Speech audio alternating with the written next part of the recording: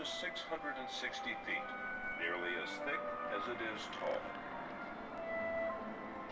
She weighs in at a petite 6.6 million tons.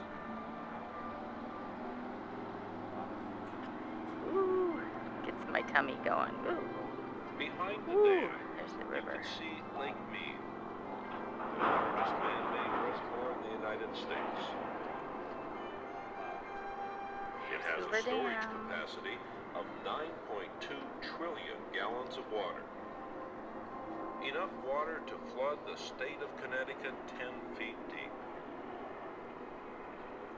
The body of water in front of the dam is called the tail bay, or tail race, but in reality that's the Colorado River.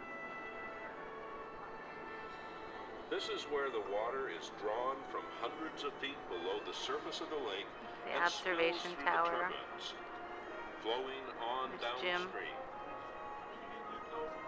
The water comes out of the turbines at an average temperature of 53 to 55 degrees. There's the lake behind it. At the base, you see